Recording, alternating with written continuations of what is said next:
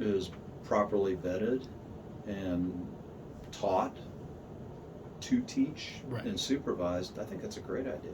Right. And then allow it as like, say, if they come in and do it, it's like get extra, like some kind of credit for Absolutely, yeah, like an AP course or Yep. whatever. Yeah, there's got to be some benefit for the student, of course. it. Right. Absolutely, and that doesn't abdicate the teacher from their role either. Right. But take a supporting activity part of that, sure. Right.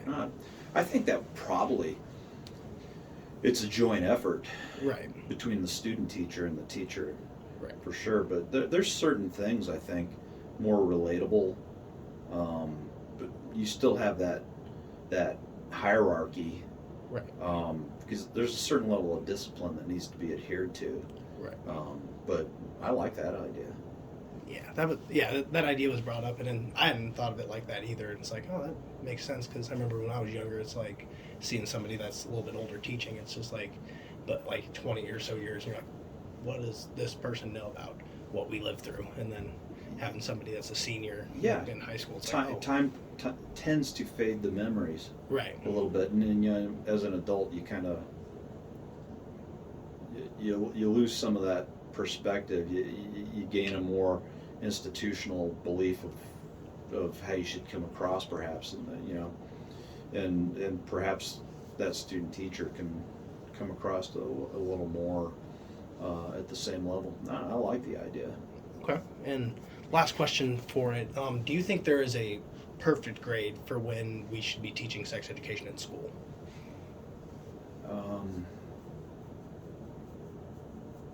No, there's no such thing as perfect, but to say that there's a demarcation line isn't necessarily the right answer either. There's a lot of this might be one of those areas, and dialogue is the important part here. This might be one of those areas where, I'll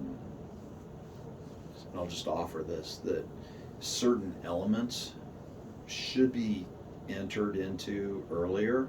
Right. Like sex education for me happened in the 6th grade. Right. Right, wrong, or indifferent. Right. First time I kissed a girl was the 6th grade. Yeah. So I know people that were doing that earlier. Right.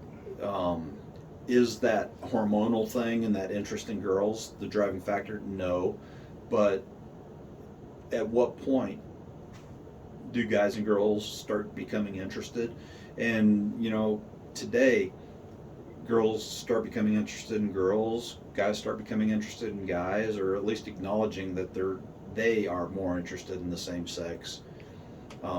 As society becomes, in some places, more accepting of that and that gender identity in some cases, Right. it could alleviate harassment and even violence against people and suicide. I think earlier tends to lend itself towards a group, a society of younger people that not only as a society are more accepting of that, but as people are able to grow to become adults in a better way, perhaps. I think the argument could be made for that.